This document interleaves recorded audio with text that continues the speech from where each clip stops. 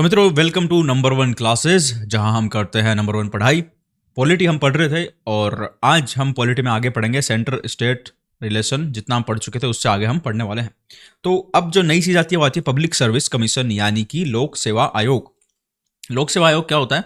लोक सेवा आयोग वो आयोग होते हैं जो आपकी एग्जाम करवाते हैं। कोई भी सरकारी नौकरी के लिए जो भी आप परीक्षा देके आते हो तो अधिकतर परीक्षा जो करवाई जाती है वो लोक सेवा आयोग यानी कि पब्लिक सर्विस कमीशन द्वारा करवाई जाती है। ठीक है।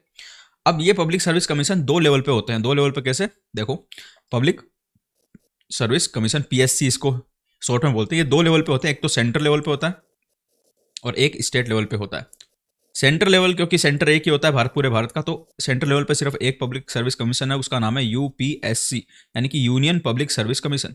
सेंटर को ही हम यूनियन भी बोलते हैं प्यार से, यानी यूनियन उसको हकीकत में बोलते हैं, प्यार से हम उसको सेंटर बोलते हैं।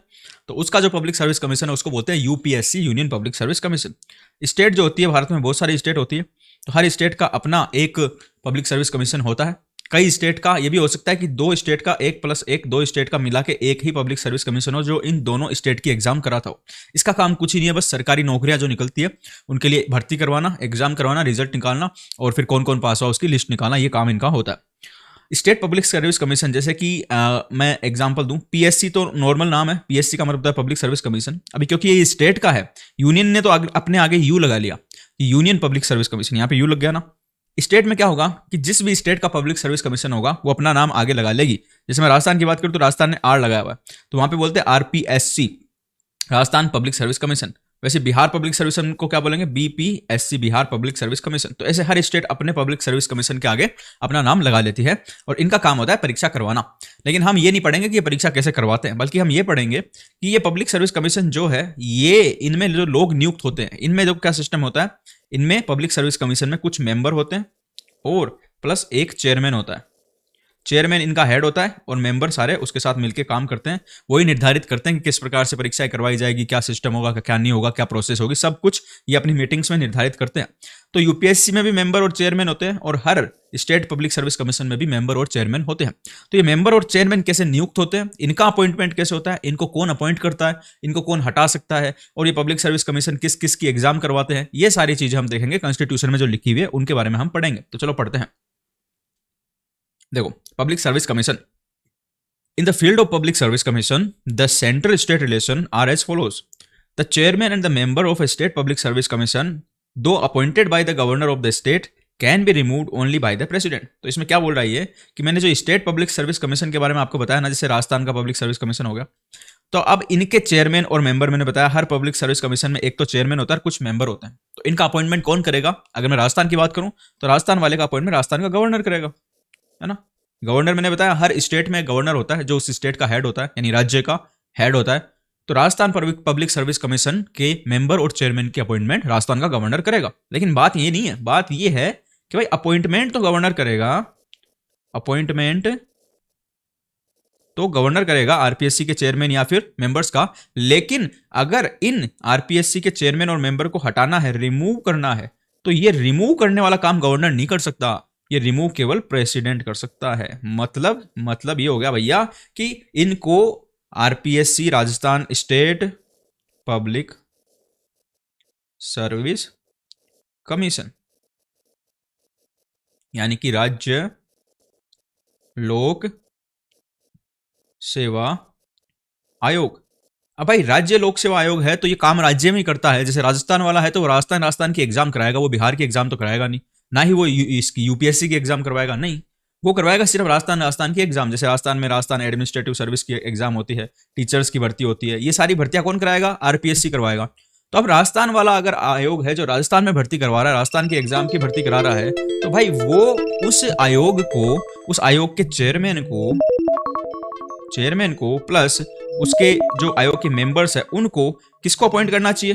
भाई राजस्थान की सरकार को अपॉइंट करना चाहिए। अपॉइंट सरकार को करना चाहिए ना, कि भाई राजस्थान की एग्जाम करवाएगा तो उनके जो चेयरमैन और मेंबर है उस आयोग के, उनको कौन नियुक्त करेगा? राजस्थान की सरकार करेगी।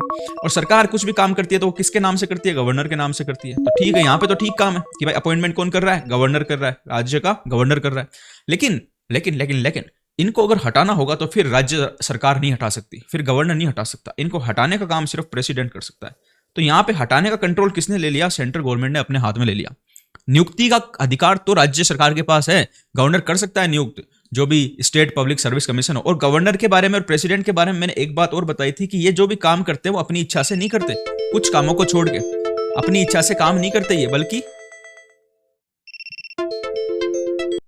2 सेकंड देना मुझे, ये अपनी इच्छा से काम नहीं करते हैं। जो प्रेसिडेंट होते हैं और जो गवर्नर होते हैं अपनी इच्छा से काम नहीं करते, बल्कि इनको काउंसिल ऑफ मिनिस्टर, और जैसे मान लो ये देखो, ये तो है प्रेसिडेंट और ये है गवर्नर।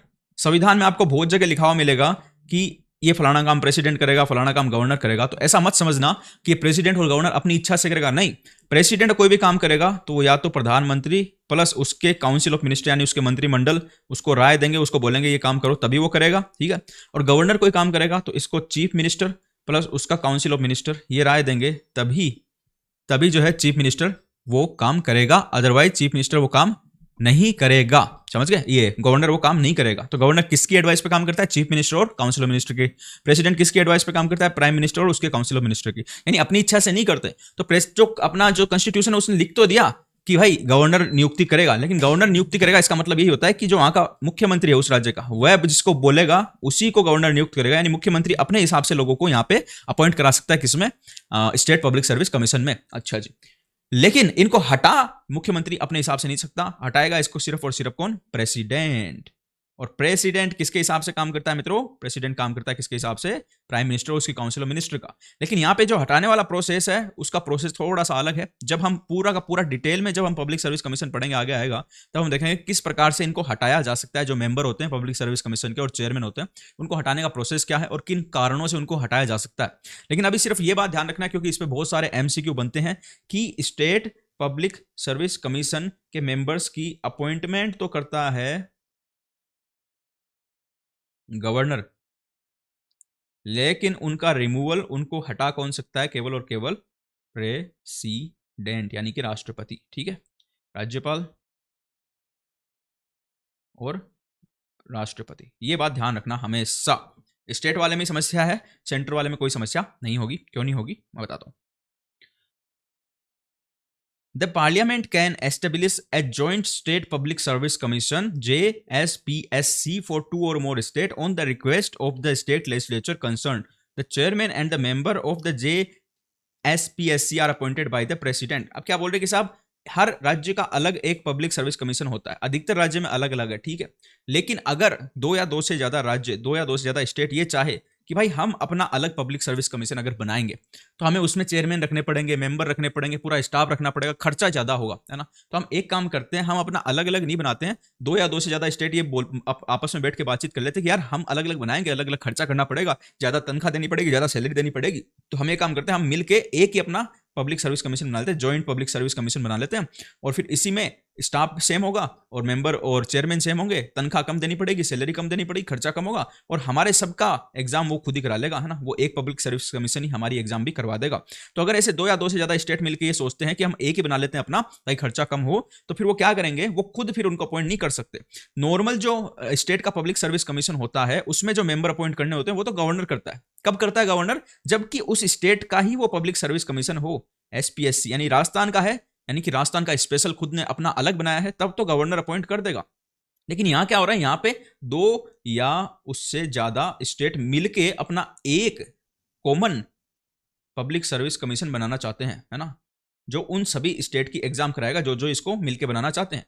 तो यहां पे क्योंकि स्टेट 2 से ज्यादा है, तो अब यहां पे लड़ाई हो जाएगी ना। एक स्टेट बोलेगा नहीं मेरा गवर्नर करेगा अपॉइंट, दूसरा बोलेगा नहीं मेरा गवर्नर करेगा अपॉइंट, ऐसे लड़ लेंगे वो। तो इसलिए कॉन्स्टिट्यूशन ने क्या बोला कि भाई अगर 2 से ज्यादा स्टेट का कॉमन पब्लिक सर्विस कमीशन बनाना चाहते हैं, कॉमन को यहां पे बोला जॉइंट, तो इसको बोला हमने जॉइंट पब्लिक सर्विस कमीशन, है ना, जॉइंट पब्लिक सर्विस कमीशन। अगर जॉइंट पब्लिक सर्विस कमीशन कोई बनाना चाहते हैं तो वहां पे अपॉइंटमेंट कोई गवर्नर नहीं करेगा, फिर वहां पे अपॉइंटमेंट करेगा कौन? प्रेसिडेंट। यानी सबसे बड़ा कौन है? प्रेसिडेंट। तो प्रेसिडेंट दादाजी अपॉइंटमेंट कर देंगे, तो कोई भी नहीं लड़ेगा कि मैं करूं, नहीं, दादाजी अपॉइंट कर देंगे। और फिर इनको हटा भी कौन सकता है? दादाजी ही, प्रेसिडेंट ही हटा सकता है। तो ये बोला गया जॉइंट पब्लिक सर्विस कमीशन के मामले में। तो ये चीज एकदम क्लियर रखना दिमाग के अंदर कि 2 तरीके के पब्लिक सर्विस कमीशन, स्टेट की बात की हमने, स्टेट लेवल पे 2 तरीके के पब्लिक सर्विस कमीशन हो सकते हैं। या तो स्टेट का खुद का पर्सनल पब्लिक सर्विस कमीशन हो, है ना, जिसको हम अलग अलग स्टेट के नाम से जानते हैं, PSC personnel public service commission, जैसे आरपीएससी हो गया, बीपीएससी हो गया, अगर स्टेट का खुद का सिंगल पब्लिक सर्विस कमीशन है तो वहां पे तो अपॉइंटमेंट तो करता है गवर्नर और रिमूवल करता है, यानी उनको हटाता कौन है, रिमूवल करता है प्रेसिडेंट, ठीक है। लेकिन अगर जॉइंट पब्लिक सर्विस कमीशन हो, यानी दो या दो से ज्यादा स्टेट मिलके सभी मिलके अपना एक कॉमन पब्लिक सर्विस कमीशन बनाना चाहे तो वहां पे अपॉइंटमेंट भी प्रेसिडेंट करेगा, इसको मेंबर्स को और चेयरमैन को, और रिमूवल भी उनका हटाएगा भी उनको प्रेसिडेंट। फिर गवर्नर का काम नहीं रहेगा अगर एक कॉमन पब्लिक सर्विस कमीशन बनाना चाहते हैं तो। अभी देखो हम स्टेट वालों की ही बात कर रहे हैं, स्टेट वाले पब्लिक सर्विस कमीशन की ही बात कर रहे हैं, यूनियन पब्लिक सर्विस कमीशन की हमने कोई बात नहीं की, क्योंकि यूनियन पब्लिक सर्विस कमीशन अभी हम पढ़ रहे हैं सेंटर स्टेट रिलेशन, यानी केंद्र और राज्य के संबंध। यूनियन पब्लिक सर्विस कमीशन के अपॉइंटमेंट पर रिमूवल में राज्यों का कोई हाथ नहीं होता, तो इसलिए ये टॉपिक केंद्र राज्य संबंध के अंदर नहीं आएगा, सेंट्रल स्टेट रिलेशन के अंदर नहीं आएगा। यूनियन पब्लिक सर्विस कमीशन हम अलग से पढ़ेंगे कि उसमें अपॉइंटमेंट कैसे होती है, उसमें हटाया कैसे जा सकता है और किन आधारों पर हटाया जा सकता है, ये हम अलग से पढ़ने वाले हैं। The union public service commission can serve the needs of a state on the request of the state governor and with the approval of the president. The UPSC assists the state when requested by two or more states in framing and operating scheme of joint recruitment for any service or for which candidates possessing special qualification are required. तो क्या बोला गया है इनके बारे में कि मैंने बताया भाई साहब कि पब्लिक सर्विस कमीशन जो होता है उसका काम होता है एग्जाम करवाना। इतने बड़े हो चुके तो पता चल गया होगा, पब्लिक सर्विस कमीशन एग्जाम निकालता है, एडवर्टाइजमेंट निकालता है, फॉर्म भरवाता है और फिर परीक्षा करवाता है। इसका काम है परीक्षा करवाना, ठीक है। लेकिन अगर अगर कोई ऐसी एग्जाम है स्टेट वालों की जो उनसे नहीं हो पा रही, उनके पब्लिक सर्विस कमीशन से नहीं हो पा रही है ना, और वो मिलके दो या दो से ज्यादा स्टेट मिलके ये बोलते हैं, ये रिक्वेस्ट करते हैं यूपीएससी से। यूपीएससी कहाँ का है, ये सेंट्रल लेवल का है ना, सेंट्रल लेवल का पूरे भारत का एक है। ये रिक्वेस्ट करते हैं कि भाई साहब हमारी भी आप ये एग्जाम करवा दो, तो ये रिक्वेस्ट कौन करेगा, मान लो ये स्टेट है जैसे राजस्थान है, राजस्थान, ठीक है, राजस्थान को अपनी कोई एग्जाम यूपीएससी से करवानी है कि साहब यूपीएससी वालों आप करवा दो, आप सही से एग्जाम कराते हो, टाइम पे रिजल्ट निकाल देते हो, हमारा ये आरपीएससी तो निठल्ला है ना, इसकी तो हर एग्जाम कैंसिल हो जाती है या फिर केस चलता रहता है कोर्ट में, कई कई महीने तक भर्ती नहीं होती, रिजल्ट नहीं आता, रिजल्ट आता तो आंसर की नहीं आती, आंसर की आती तो गलत आती है, गलत आती है तो केस हो जाता है, केस हो जाता है तो रिजल्ट नहीं निकलता, और ऐसे सिस्टम चलता रहता है। तो ये तो करवा रहा नहीं है ठीक से, आप हमारी आरएस की एग्जाम आप करवा दो, है ना। तो ये कौन बोलेगा, यूपीएससी से रिक्वेस्ट कौन करेगा, ये रिक्वेस्ट करेगा राजस्थान का गवर्नर। गवर्नर बोलेगा कि साहब हमारी ये एग्जाम करवा दो, और फिर यूपीएससी के पास जब ये सिस्टम, ये प्रस्ताव आएगा कि आप हमारी आरएस की एग्जाम करा दो, तो यूपीएससी भारत के प्रेसिडेंट यानी कि राष्ट्रपति की अनुमति लेगा कि साहब राजस्थान वाले बोल रहे हैं कि उनकी एग्जाम हम करवा दें, तो प्रेसिडेंट साहब क्या हम करवा दें, और प्रेसिडेंट अगर हाँ बोलेगा तभी फिर यूपीएससी इनकी एग्जाम करवाएगा। यानी कि यूपीएससी सेंट्रल लेवल की एग्जाम तो कराता ही है, केंद्र सरकार की सेंट्रल गवर्नमेंट की जितनी भी नौकरियां होती है उनमें भर्तियां कौन करवाता है, यूपीएससी करवाता है। लेकिन राज्य सरकार, स्टेट गवर्नमेंट जो है, उसकी भी किसी नौकरी की भर्ती यूपीएससी करवा सकता है अगर गवर्नर उसको ऐसा करने के लिए बोले, और फिर वो प्रेसिडेंट से अनुमति भी ले ले और प्रेसिडेंट भी हाँ बोल दे, तो फिर यूपीएससी स्टेट गवर्नमेंट की एग्जाम भी करवा सकता है। कोई बाउंडेशन उस पर नहीं है, प्रोसेस ये है, ये प्रोसेस फॉलो करने के बाद। तो अगर ये आ जाए एग्जाम में कि यूपीएससी किसी भी कंडीशन में स्टेट की एग्जाम नहीं करवा सकता, तो वो गलत हो जाएगा क्वेश्चन। क्यों, क्योंकि वो करवा सकता है लेकिन उसको अनुमति लेनी पड़ेगी। पहली बात तो गवर्नर को बोलना पड़ेगा यूपीएससी वालों को कि आप हमारी एग्जाम करा दो, और फिर यूपीएससी वालों को प्रेसिडेंट यानी कि राष्ट्रपति की अनुमति लेनी पड़ेगी, क्योंकि उनको अपॉइंट कौन करता है, यूपीएससी के चेयरमैन को और उस वहां के मेंबर को यूपीएससी वालों को कौन अपॉइंट करता है, प्रेसिडेंट अपॉइंट करता है। तो प्रेसिडेंट की वो लेंगे, अप्रूवल लेंगे कि राजस्थान वाले बोल रहे हैं कि हम उनकी एग्जाम करा दे क्या, प्रेसिडेंट बोला करा दे कोई दिक्कत नहीं है, तो फिर वो उनकी एग्जाम करा देंगे। तो वही लिखा हुआ है, the union public service commission can serve the needs of the state on the request of the state governor and with the approval of the president. और दूसरा लिखा हुआ है, the UPSC assists the state when requested by two or more state in framing and operating schemes of joint recruitment for any service for which candidate possessing special qualification are required. तो बोल रहे कि साहब जो UPSC है, UPSC assist करता है राज्यों को, जब राज्यों को कोई ऐसे कैंडिडेट चाहिए जिनके पास कोई स्पेशल क्वालिफिकेशन होनी चाहिए, यानी हायर पोस्ट के लिए बढ़िया टॉप क्वालिटी के क्रीम कैंडिडेट चाहिए, बढ़िया पढ़े लिखे और बढ़िया क्या बोलते हैं स्किलफुल कैंडिडेट चाहिए, तो वहां पे दो या दो से ज्यादा राज्यों को यूपीएससी असिस्ट कर सकता है, उनकी सहायता कर सकता है ऐसे कैंडिडेट को भर्ती कराने में। क्योंकि यूपीएससी आपको पता है आईएएस की एग्जाम कराता है, ठीक है,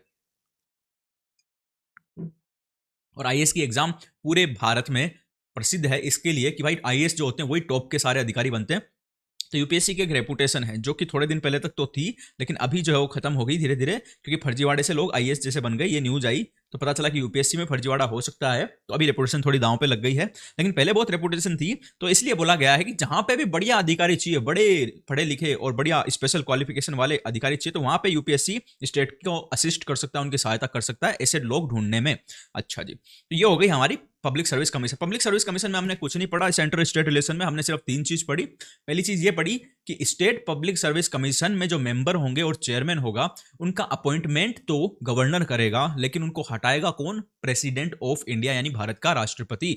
लेकिन अगर 2 या 2 से ज्यादा स्टेट मिलके एक अपना कॉमन पब्लिक सर्विस कमीशन बनाना चाहे, यानी कि जॉइंट पब्लिक सर्विस कमीशन बनाना चाहे, तो उसमें joint state public service commission बोलते हैं उसको, JSPC PSC, joint state public service commission. तो उसमें मेंबर का और चेयरमैन का अपॉइंटमेंट फिर गवर्नर नहीं करेगा, जॉइंट वाले में वहां पे प्रेसिडेंट अपॉइंट करेगा, और हटाएगा भी, उनको हटाना पड़ेगा तो प्रेसिडेंट ही हटाएगा। अच्छा जी, और तीसरी चीज ये बोली कि कोई स्टेट अगर चाहता है कि उसकी एग्जाम कराने में यूपीएससी उसकी मदद करे, तो उस स्टेट का गवर्नर यूपीएससी से इस बात के लिए रिक्वेस्ट कर सकता है, और फिर यूपीएससी प्रेसिडेंट को पूछेगी कि वो स्टेट वाले बोल रहे हैं हम उनकी एग्जाम करा दें क्या, और फिर प्रेसिडेंट हाँ बोल दे तो यूपीएससी उनकी एग्जाम करा सकती है। और उसके अलावा यूपीएससी 2 या 2 से ज्यादा स्टेट को अगर उनको कोई स्पेशल क्वालिफिकेशन वाले बढ़िया कैंडिडेट चाहिए किसी नौकरी के लिए, तो वो दिलाने में, वो ढूंढने में, उनको अपॉइंट करने की प्रोसेस में भी उनकी सहायता स्टेट की कर सकता है कौन? यूपीएससी। अच्छा, अब जो सेंट्रल स्टेट रिलेशन में अगला जो सिस्टम है वो है इंटीग्रेटेड जुडिशियल सिस्टम। ये हम पहले भी शायद 3 या 4 बार पढ़ चुके हैं कि एकीकृत न्याय प्रणाली क्या होती है। ये हम जब फेडरलिज्म पढ़ रहे थे और इंडिया के यूनिटरी कैरेक्टरिस्टिक्स पढ़ रहे थे, उसमें भी हमने पढ़ा था कि भारत में जो है एक ही एकीकृत इंटीग्रेटेड जुडिशियल सिस्टम है, यानी कि भारत में हर हाई कोर्ट जो है, हाई कोर्ट क्या होता है? देखो, इंटीग्रेटेड का मतलब ये हो गया कि भारत में जो है बहुत सारे स्टेट है, यहाँ पे तो सेंटर है, यूनियन है, क्या है? यूनियन है, और बहुत सारे स्टेट है भारत में, state 1, state 2, state 3, state 4, state 5। अब स्टेट में क्या होता है? हर स्टेट में लगभग लगभग अपना एक हाई कोर्ट होता है ना? मान के चलो कुछ स्टेट में जॉइंट हाई कोर्ट भी है, मतलब 2 या 2 से ज्यादा स्टेट के एक हाई कोर्ट भी है, ठीक है? तो ये हो गया, ठीक है। अब हर स्टेट में अपना हाई कोर्ट है, और यूनियन यानी सेंटर, सेंटर में क्या है? सेंटर में सुप्रीम कोर्ट है, SC का मतलब हो गया सुप्रीम कोर्ट। अब अमेरिका में तो क्या होता है कि सुप्रीम कोर्ट केवल कॉन्स्टिट्यूशन के मैटर सुनता है, स्टेट हाई कोर्ट जो होते हैं वो अपने स्टेट के कानून देखते हैं, ठीक है? और यहाँ पे अमेरिका में सुप्रीम कोर्ट की स्टेट वाले कोर्टों पे चलती नहीं है ज्यादा, यानी दोनों अलग अलग है, दोनों को अलग अलग करके रखा गया है। लेकिन भारत में ये सिस्टम नहीं है। भारत में क्या सिस्टम है? भारत में सिस्टम ये है कि ये जितने भी हाई कोर्ट है, चाहे वो अलग अलग स्टेट के अलग अलग हाई कोर्ट होंगे, जैसे राजस्थान हाई कोर्ट होगा, Haryana high court, Punjab Haryana high court होगा, दिल्ली हाई कोर्ट होगा, है ना, Maharashtra high court, Bombay high court होगा, वो कोई से भी स्टेट का हाई कोर्ट हो, सुप्रीम कोर्ट के नीचे ही आता है। सुप्रीम कोर्ट सबको कंट्रोल करता है। तो यहां पे क्या हो गया? इंटीग्रेटेड जुडिशियल सिस्टम हो गया, यानी ऊपर सबके सुप्रीम कोर्ट है, उसके नीचे हाई कोर्ट है, और फिर हाई कोर्टों के नीचे डिस्ट्रिक्ट कोर्ट है, और ये पूरा का पूरा एक एकीकृत प्रणाली है, यानी ऊपर से नीचे तक सेम स्ट्रक्चर है। तो सुप्रीम कोर्ट और हाई कोर्ट, अमेरिका में क्या होता है, जो वहां के स्टेट वाले हाई कोर्ट होते हैं वो केवल और केवल स्टेट के कानून ही लागू करवाते हैं, और जो ये यूनियन का जो सुप्रीम कोर्ट होता है, वहां पे फेडरल कोर्ट होता है, ये फेडरल लॉ यानी कि सेंटर के कानून ही लागू करवाता है। लेकिन भारत में ये सिस्टम नहीं है भाई। भारत में क्या सिस्टम है? भारत में हाई कोर्ट किसी स्टेट का सेंटर के कानून भी लागू करवा सकता है, और स्टेट के कानून के ऊपर भी फैसला सुना सकता है ना? और सुप्रीम कोर्ट भी सेंटर के कानूनों पे फैसला सुना सकता है, स्टेट के कानूनों पे फैसला सुना सकता है। यानी कि यहाँ पे इंटीग्रेटेड है, यहाँ पे कोई अलग अलग करके नहीं रखा हमने कोर्टों को, इसलिए हम इनको इंटीग्रेटेड बोलते हैं। और वही बात यहाँ पे बोली गई है, दो India has dual polity there is no dual system of administration of justice. यानी भारत में पॉलिटी तो ड्यूअल है, यानी स्टेट की अलग गवर्नमेंट बनती है, सेंटर की अलग गवर्नमेंट बनती है, लेकिन जस्टिस यानी कि जुडिशरी में कोई भी ड्यूअल सिस्टम हमने नहीं रखा, सिंगल सिस्टम है। The constitution on the other hand establishes an integrated judicial system with the Supreme Court at the top and the state high court at below it। तो मैंने बता दिया सुप्रीम कोर्ट सबका बाप है और उनके नीचे सारे हाई कोर्ट उसके बेटे हैं। This single system of court enforces both central laws as well as the state laws. तो ये सेम सिस्टम जो है, चाहे वो हाई कोर्ट हो चाहे सुप्रीम कोर्ट हो, दोनों स्टेट लॉज को भी एनफोर्स कर सकते हैं और वो स्टेट लॉज को और सेंट्रल लॉ को दोनों को इन्फोर्स कर सकते हैं। This is done to eliminate diversities in the remedial procedure. क्यों बनाया गया ऐसा सिस्टम? ताकि सारे भारत में एक जैसा जुडिशियल सिस्टम हो, सारे भारत में सभी को एक जैसे जुडिशियल रेमेडी यानी कि न्यायिक उपचार मिल सके, कोई भी अंतर ना हो। अमेरिका में बहुत अंतर पाया जाता है, लेकिन भारत में ऐसा नहीं पाया जाता है। ओके, क्यों? क्योंकि भारत में है integrated judicial system. Okay, the judges of a state high court are appointed by the president in the consultation with the chief justice of India and the governor of the state. They can also be transferred and removed by the president. The parliament can establish a common high court for two or more states. For example, Maharashtra and Goa, Punjab and Haryana have common high court. क्या बोल रहा है यहाँ पे, देखो इस चीज को ध्यान रखना। मैंने अभी पब्लिक सर्विस कमीशन की बात की थी, ठीक है? तो मैंने बोला था हर स्टेट का अपना अलग पब्लिक सर्विस कमीशन होता है, स्टेट पब्लिक सर्विस कमीशन। और मैंने बोला था किसी स्टेट का अपना अलग पब्लिक सर्विस कमीशन होगा तो वहां के मेंबर और चेयरमैन की नियुक्ति गवर्नर करेगा। अब तुम सेम लॉजिक को है ना हाई कोर्ट पे मत लगा देना, क्योंकि मैंने बोला हर स्टेट का अलग हाई कोर्ट है। जैसे मान लो राजस्थान हाई कोर्ट, तो अब ये सेम लॉजिक अगर तुम लगाओगे तो तुम बोलोगे कि राजस्थान का हाई कोर्ट है तो इनके जो जज हैं उनकी नियुक्ति राजस्थान का गवर्नर करेगा। लेकिन ऐसा नहीं होता हाई कोर्ट के मामले में। नो, कांटा लगा दिया मैंने, गाड़ दिया। क्यों? क्योंकि हाई कोर्ट के जजों की नियुक्ति, हाई कोर्ट बोल रहा हूं मैं, है ना, हाई कोर्ट और सुप्रीम कोर्ट के जजों की नियुक्ति केवल और केवल प्रेसिडेंट ऑफ इंडिया यानी भारत का राष्ट्रपति ही करता है और किसी को भी इसकी इजाजत नहीं है। तो मैंने किसकी बात की? मैंने बात की हाई कोर्ट और किसकी? हाई कोर्ट और सुप्रीम कोर्ट की जजों की नियुक्ति कौन करता है? भारत का राष्ट्रपति। और कैसे करता है? वो करता है कि भाई वो सबसे पहले तो चीफ जस्टिस ऑफ इंडिया को पूछेगा, यानी सुप्रीम कोर्ट का जो चीफ जस्टिस होता है ना, सुप्रीम कोर्ट है हमारा सबसे बड़ा कोर्ट, और सबसे बड़े कोर्ट का जो सबसे बड़ा जज होता है यानी वरिष्ठ न्यायाधीश होता है उसको बोलते हैं चीफ जस्टिस ऑफ इंडिया। उससे पूछेगा राष्ट्रपति। एक तो जब भी वो हाई कोर्ट वाले जजों को नियुक्त करेगा तो सुप्रीम कोर्ट, सबसे ऊंचा सुप्रीम कोर्ट है, सुप्रीम कोर्ट के नीचे हाई कोर्ट आता है। यहाँ पे नियुक्ति हाई कोर्ट है नीचे वाले जजों की हो रही है, तो सुप्रीम कोर्ट का जो चीफ जस्टिस यानी सबसे ऊपर वाले कोर्ट का सबसे ऊपर वाला जो जस्टिस यानी कि न्यायाधीश है उसको पूछेगा एक तो प्रेसिडेंट, और दूसरा जिस स्टेट का कोर्ट है, जैसे मान लो राजस्थान हाई कोर्ट में नियुक्त हो रहे हैं तो वहां के गवर्नर को पूछेगा कि हम इनको नियुक्त करना चाहते हैं, ठीक है, तुमको ठीक लग रहा है ना? वो हाँ बोल दे और वो सहमति उनकी हो जाए तो फिर उसको अपॉइंट कौन करेगा? प्रेसिडेंट करेगा। तो यहाँ पे जो अपॉइंटमेंट हो रहा है प्रेसिडेंट द्वारा किस किस से पूछ के होगा? एक तो CJI यानी कि चीफ जस्टिस ऑफ इंडिया से पूछेगा, और एक गवर्नर से पूछेगा, governor of that state. That state का मतलब ये समझ जाना जिस भी स्टेट के हाई कोर्ट में अपॉइंटमेंट हो रहा है उस स्टेट के गवर्नर से पूछेगा। जैसे यहाँ पे राजस्थान हाई कोर्ट में अपॉइंटमेंट किया जा रहा है तो राजस्थान के गवर्नर से पूछा जाएगा। ऐसे नहीं होगा कि प्रेसिडेंट जाके और सिक्किम के गवर्नर से पूछ रहा है कि हम राजस्थान में इनको अपॉइंट कर दें क्या? नहीं, राजस्थान हाई कोर्ट में अपॉइंटमेंट हो रहा है तो राजस्थान के गवर्नर से ही पूछा जाएगा। और ये सुप्रीम कोर्ट का जो चीफ जस्टिस है तो एक ही होता है पूरे भारत का, इससे पूछा जाएगा, है ना? ओके,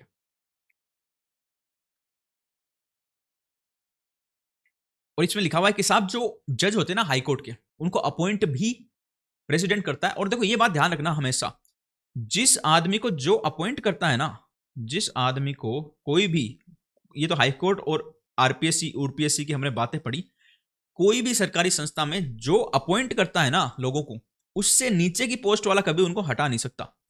अपॉइंट जिसने किया या तो वही हटाएगा या फिर उससे ऊपर का ही कोई आदमी हटाएगा। तो यहां पे अपॉइंटमेंट ही प्रेसिडेंट ने कर दी, प्रेसिडेंट से ऊपर तो भारत में कोई है ही नहीं। तो जिनको अपॉइंट ही प्रेसिडेंट कर रहा है उनको फिर प्रेसिडेंट से नीचे का कोई नहीं हटा सकता, उनको सिर्फ और सिर्फ प्रेसिडेंट ही हटा सकता है। लेकिन अपॉइंट करने वाले से ऊपर वाला भी हटा सकता है। जैसे हमने यहां पे देखा था स्टेट वाले जो पब्लिक सर्विस कमीशन थे, अपॉइंटमेंट तो गवर्नर कर रहा था लेकिन हटाने का पावर प्रेसिडेंट के पास था। कैसे था? क्योंकि प्रेसिडेंट गवर्नर से ऊपर होता है। तो यहां पे कभी भी ऐसा नहीं होगा कि किसी को अपॉइंटमेंट तो प्रेसिडेंट करे और उसको हटा दे कोई गवर्नर ववर्नर, नहीं।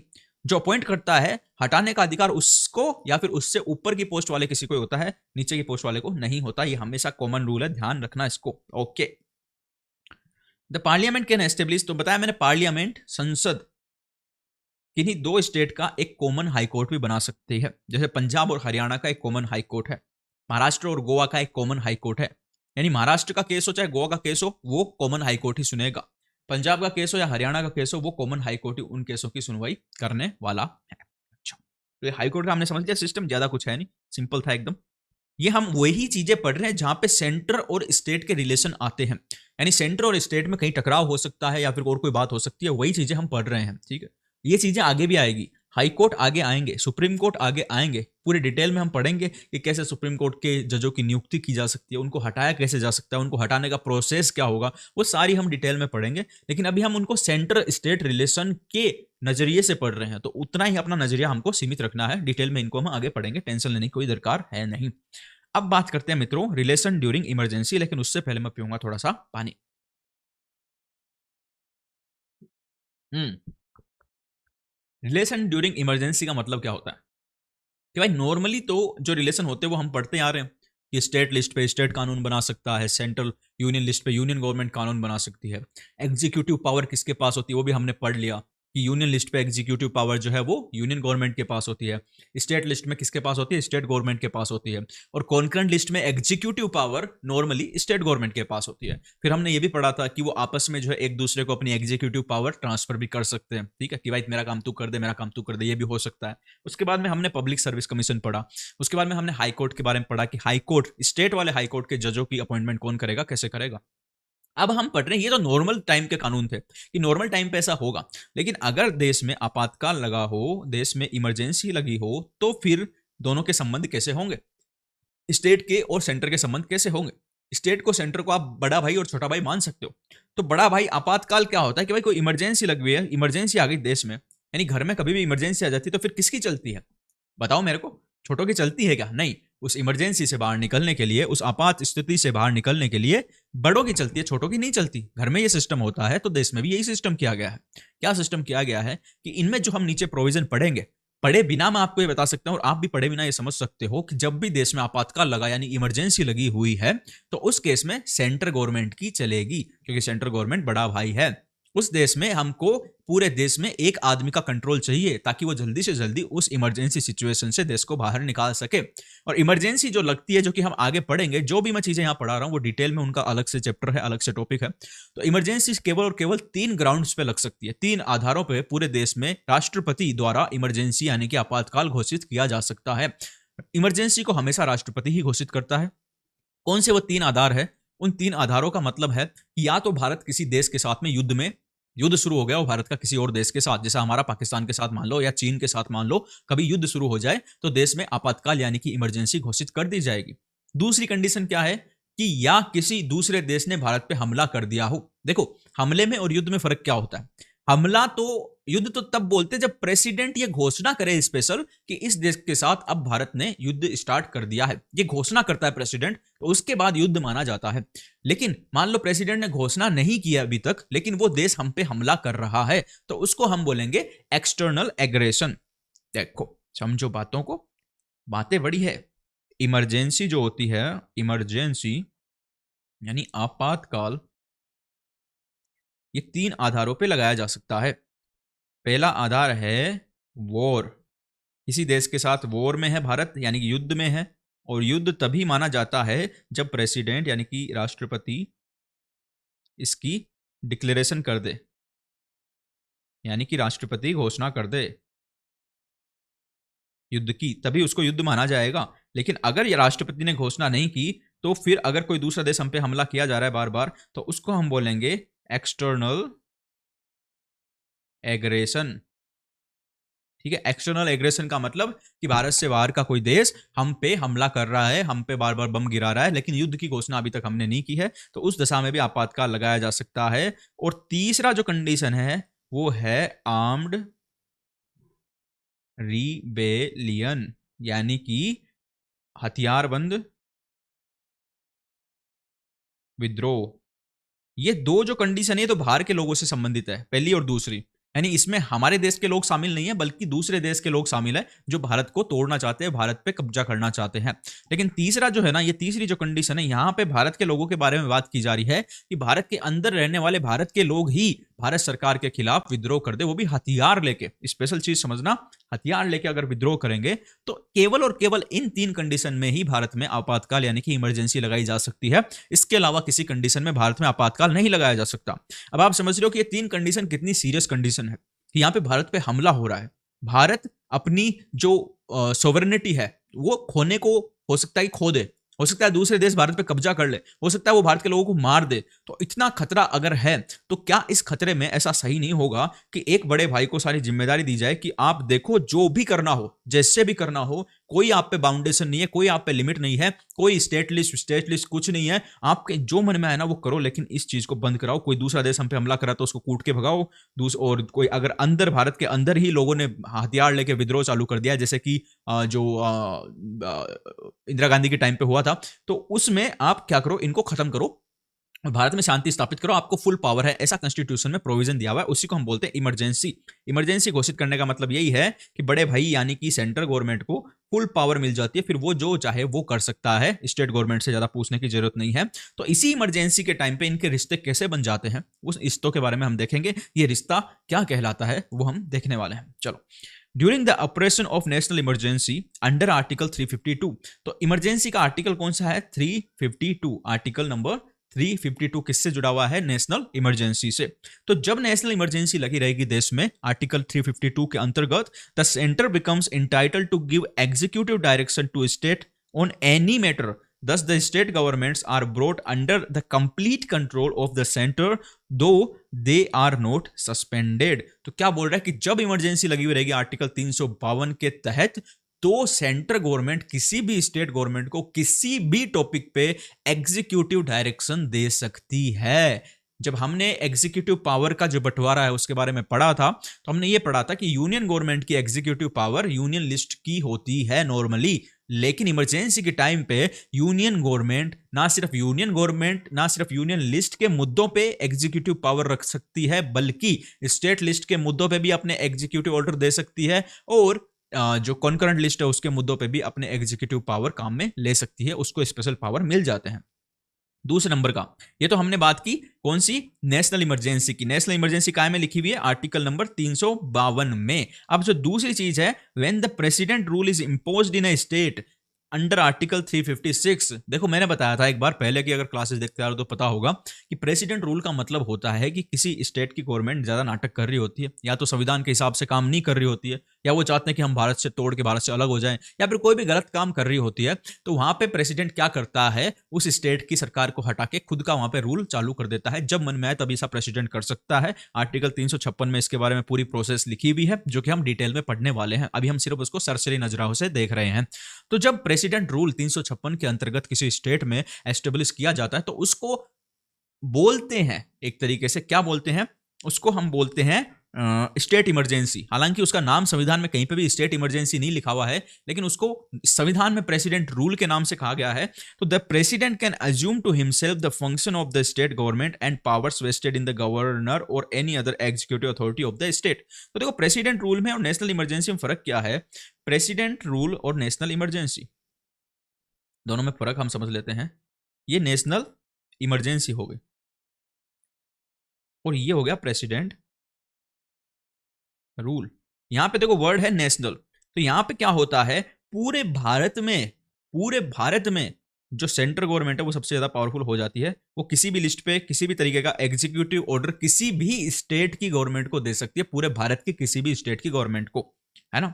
लेकिन नेशनल इमरजेंसी में जो स्टेट की गवर्नमेंट होती है, स्टेट की गवर्नमेंट वो भी काम करती रहती है, उनको हटाया नहीं जाता है। जैसे राजस्थान में कोई सरकार है और मान लो भारत में इमरजेंसी लग जाए, तो राजस्थान सरकार को हटाया नहीं जाएगा, उसका मुख्यमंत्री वैसे ही काम करता रहेगा, उसके मंत्री वैसे ही काम करते रहेंगे। लेकिन सेंट्रल गवर्नमेंट, मोदी जी अगर कोई ऑर्डर दे तो वो ऑर्डर उनको फिर मानना ही पड़ेगा, है ना। किसी भी मुद्दे पे मोदी जी ऑर्डर दे सकते हैं। लेकिन प्रेसिडेंट रूल में क्या होता है मित्रों? प्रेसिडेंट रूल किसी एक स्पेशल स्टेट पे ही लगाया जाता है, पूरे भारत में नहीं लगाया जाता, है ना। जैसे मान लो प्रेसिडेंट साहब ने बोला कि आज से पश्चिमी बंगाल में प्रेसिडेंट रूल लग रहा है, तो पश्चिम बंगाल में क्या होगा? प्रेसिडेंट रूल लग जाएगा। प्रेसिडेंट साहब ने बोला कि आज से राजस्थान में प्रेसिडेंट रूल लग रहा है, तो राजस्थान में क्या हो जाएगा? प्रेसिडेंट रूल लग जाएगा। और जैसे ही प्रेसिडेंट रूल की किसी भी राज्य में घोषणा की जाती है, तो वहां की गवर्नमेंट जो होती है वो निरस्त हो जाती है, वहां की गवर्नमेंट हट जाती है, फिर गवर्नमेंट काम नहीं कर सकती। मान लो राजस्थान में अगर प्रेसिडेंट रूल लग जाता है, तो राजस्थान में जो भजनलाल शर्मा सीएम है और बाकी उनके मंत्री है वो फिर काम नहीं करेंगे, वो गवर्नमेंट निरस्त हो जाएगी, वो गवर्नमेंट सस्पेंड हो जाएगी। क्या हो जाएगी? सस्पेंड हो जाएगी। लेकिन नेशनल इमरजेंसी में गवर्नमेंट सस्पेंड नहीं होती है। प्रेसिडेंट रूल किसी एक स्पेशल स्टेट के लिए होता है, नेशनल इमरजेंसी पूरे देश के लिए होती है। प्रेसिडेंट रूल में जिस स्टेट में प्रेसिडेंट रूल लगाया गया है, आर्टिकल 356 में आता है प्रेसिडेंट रूल, और नेशनल इमरजेंसी आर्टिकल 352 में आती है। प्रेसिडेंट रूल जिस स्पेशल स्टेट में लगाया गया है, केवल उसी स्टेट में प्रेसिडेंट यानी राष्ट्रपति किसी भी, चाहे वो स्टेट लिस्ट का मुद्दा क्यों ना हो, उन पे उनको एग्जीक्यूटिव पावर मिल जाती है। अब मान लो राजस्थान में अगर प्रेसिडेंट रूल लगा, तो इसका मतलब ये नहीं होगा कि प्रेसिडेंट महाराष्ट्र की गवर्नमेंट को कोई ऑर्डर दे सकता है? नहीं। फिर वो राजस्थान की गवर्नमेंट यानी राजस्थान की स्टेट लिस्ट पे ही, मुद्दों पे ही कुछ करना चाहे वो कर सकता है, दूसरे स्टेट से वो नहीं छेड़ सकता। लेकिन अगर नेशनल इमरजेंसी लगी हुई है तो फिर सेंट्रल गवर्नमेंट, चाहे वो राजस्थान हो, चाहे वो महाराष्ट्र हो, चाहे वो पश्चिम बंगाल हो, कुछ भी हो, जिस भी स्टेट की एग्जीक्यूटिव ऑर्डर देना चाहे, जिस भी मुद्दे पे जिस भी स्टेट को एग्जीक्यूटिव ऑर्डर देना चाहे, कुछ भी करना चाहे तो वो कर सकती है। तो ये डिफरेंस था थोड़ा सा प्रेसिडेंट रूल और नेशनल इमरजेंसी में, जो कि दिमाग में थोड़ा सा क्लियर होना आवश्यक होता है।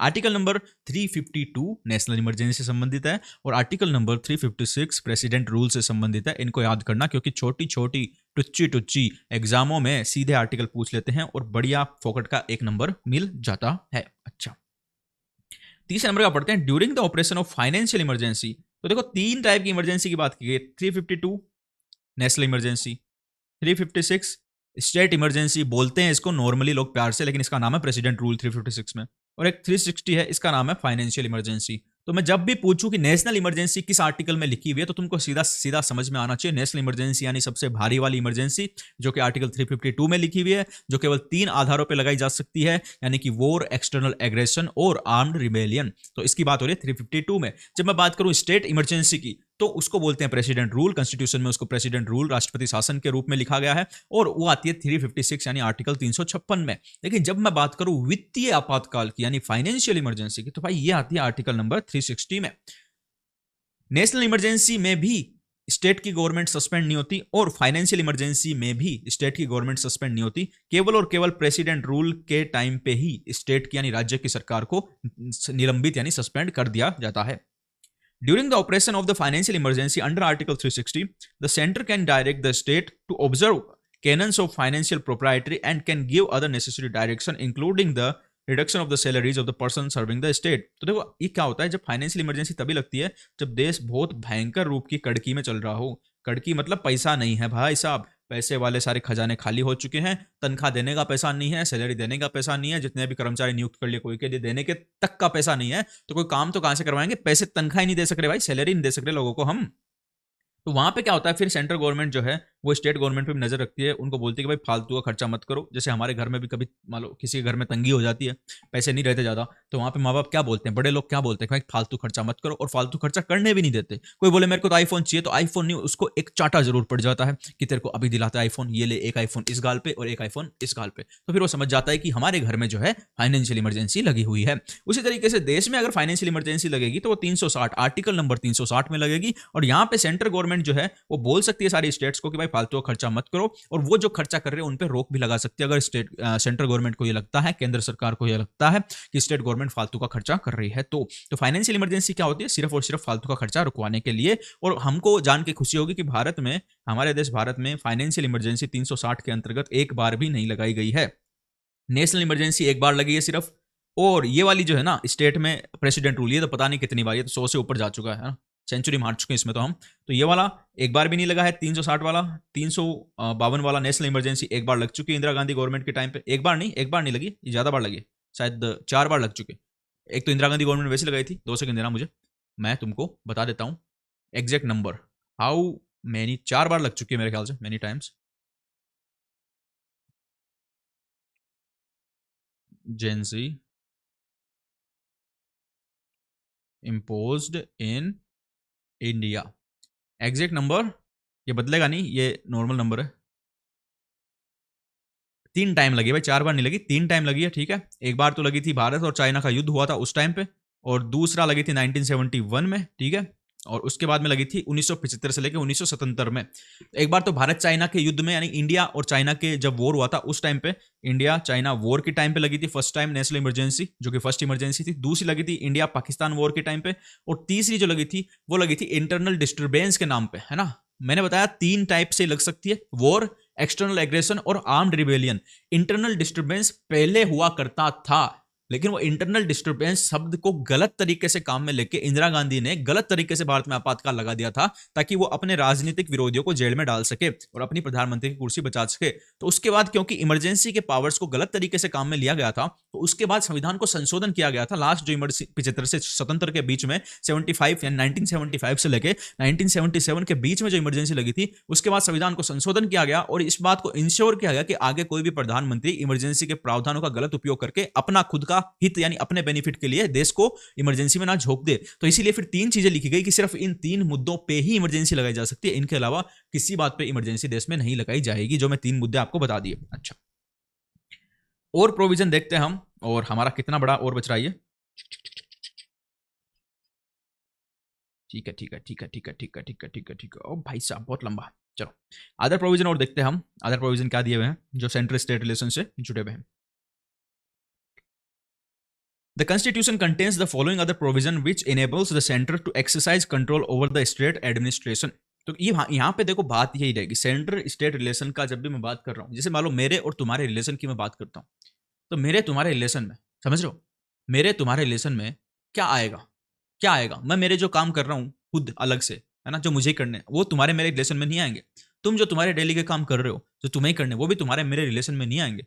तुम्हारे मेरे रिलेशन में वही काम आएंगे, या तो तुम मेरे पे कोई बात पे अपना जोर चला सकते हो, अपना ऑर्डर चला सकते हो, या फिर मैं मेरी किसी बात पे तुम पे अपना ऑर्डर चला सकता हूँ, है ना। तुम कुछ करो तो मैं उसका रिएक्शन में क्या कर सकता हूँ, वो आएंगे रिलेशन में, और मैं कुछ करूँ तो तुम उसके रिएक्शन में क्या कर सकते हो, वो आएंगे। तो तुम्हारे मेरे बीच में कुछ होना चाहिए, तभी तुम्हारे मेरे बीच का रिलेशन बताया जाएगा। तो वही बात है कि सेंट्रल स्टेट रिलेशन में भी वही चीजें आएगी जहां पे सेंट्रल गवर्नमेंट स्टेट गवर्नमेंट के किसी बात पे अपना जोर चला सके, अपना ऑर्डर चला सके, वही तो आएंगे ना रिलेशन में। सेंट्रल गवर्नमेंट अपना अलग काम कर रही है, स्टेट अपना कर रही है, दोनों का कोई वही नहीं हो रहा, बातचीत ही नहीं हो रही, तो फिर वो रिलेशन थोड़ी कहा जाएगा उसको, नहीं। तो यहां पे ये बताया गया है कि कॉन्स्टिट्यूशन में कुछ ऐसे और प्रोविजन दिए हुए हैं जो कि स्टेट के एडमिनिस्ट्रेशन पे, यानी स्टेट के जो प्रशासन है उस पे सेंट्रल गवर्नमेंट को अपना कंट्रोल स्थापित करने का अधिकार देते हैं। क्या दिया गया है, आर्टिकल 355, आर्टिकल नंबर 355 यानी 355, imposes 2 duties on the centre. Article 355 बहुत खतरनाक आर्टिकल है, पहले ये बता दूं तुमको मैं। इसके आधार पे कभी भी, मतलब इतना पावर है इस आर्टिकल में कि सेंट्रल गवर्नमेंट जब मन चाहे किसी भी स्टेट गवर्नमेंट को उठा के पटक सकती है और उसको निरस्त कर सकती है, बोले कि इस स्टेट की गवर्नमेंट ठीक से काम नहीं करी, इसको हटाओ। प्रेसिडेंट हटा सकता है 355 के हिसाब से। कब हटा सकता है, क्योंकि इस 355 नाम के आर्टिकल ने सेंट्रल गवर्नमेंट को 2 ड्यूटी दी है। अब बोलने को तो ये ड्यूटी है, लेकिन इसको काम में लिया जाता है एक तरीके से हथियार के रूप में।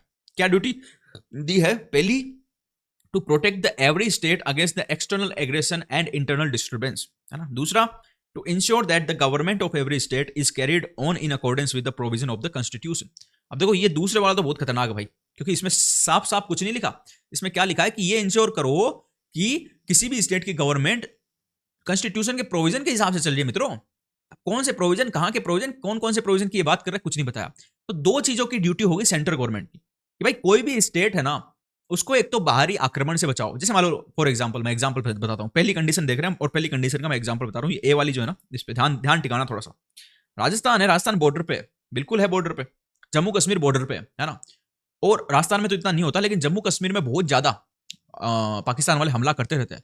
तो ये सेंट्रल गवर्नमेंट की जिम्मेदारी है, चाहे जो करना पड़े, जम्मू कश्मीर जो हमारी स्टेट है उसको आप एक्सटर्नल एग्रेशन यानी कि दूसरे देश के एग्रेशन से, यानी कि हमले से बचाओगे। तो किसकी जिम्मेदारी होगी, सेंटर की जिम्मेदारी होगी। किसमें, आर्टिकल 355 ने ये सेंटर पे जिम्मेदारी डाली है, और इसीलिए हमने जम्मू कश्मीर में भर भर के फौज उतारी हुई है ताकि हम उसको पाकिस्तान के हमले से और आतंकवादी हमलों से बचा सके। अच्छा, दूसरा लिखा हुआ इंटरनल डिस्टर्बेंस से बचाने की जिम्मेदारी भी किसकी होगी, सेंट्रल गवर्नमेंट की होगी।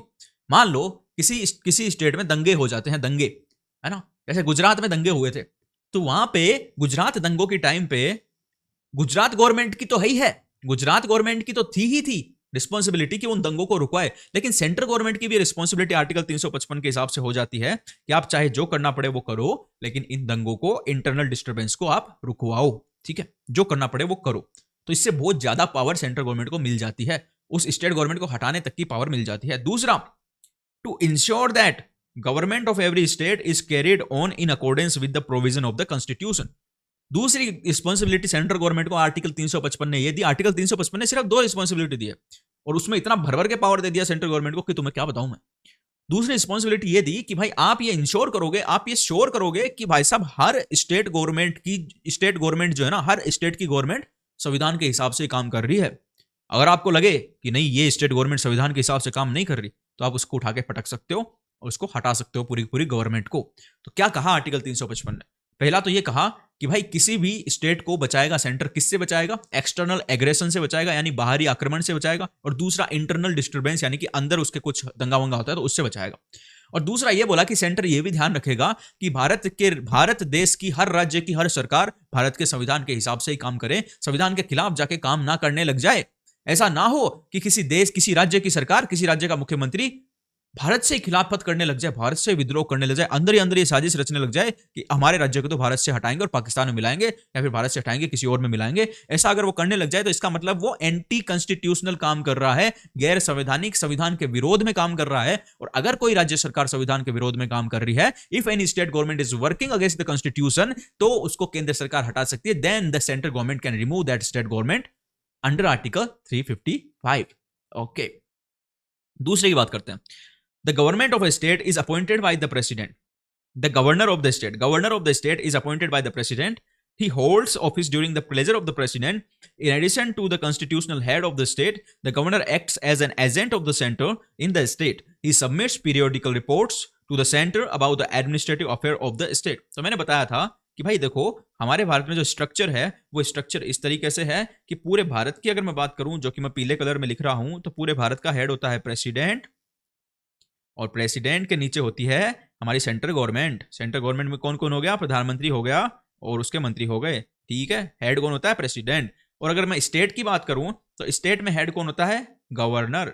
मैं जो व्हाइट में लिख रहा हूं वो स्टेट के बारे में लिख रहा हूं, और उसके नीचे होती है स्टेट गवर्नमेंट। जो भी कानून बनते हैं ना मित्रों, उस पर कभी भी मुख्यमंत्री के साइन नहीं होते, कभी भी मंत्रियों के साइन नहीं होते। कानूनों पे साइन होंगे तो या तो गवर्नर के होंगे या फिर प्रेसिडेंट के होंगे। लेकिन भारत के सिस्टम की मेन बात क्या है कि जो स्टेट का हेड होता है ना मित्रों, स्टेट का हेड यानी गवर्नर, इसको अपॉइंट कौन करता है? प्रेसिडेंट करता है मित्रों, प्रेसिडेंट अपॉइंट करता है।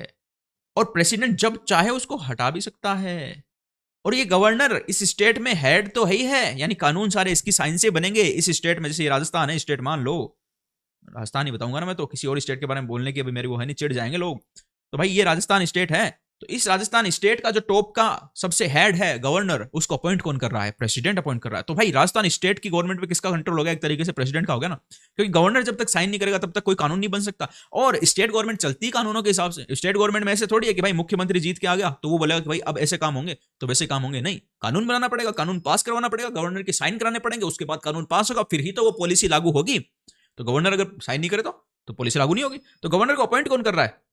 प्रेसिडेंट अपॉइंट कर रहा है। हटा कौन सकता है? प्रेसिडेंट हटा सकता है। तो एक बात बताओ, मुझे प्रेसिडेंट ने अपॉइंट किया राजस्थान का गवर्नर, और मुझे पता है प्रेसिडेंट जब चाहे मुझे हटा भी सकता है, तो मैं किसकी बात मानूंगा? अगर मुझे गवर्नर की भाई पोस्ट बहुत बड़ी होती है, बढ़िया एक राजभवन मिलता है एकदम आलिशान मस्त एकदम, और नौकर चाकर मिलते हैं और बढ़िया इज्जत मिलती है एक नंबर की, तो इतनी इज्जत, इतनी आलिशान नौकर चाकर, इतना ऐशो आराम, इसको क्या मैं छोड़ना चाहूंगा क्या? नहीं।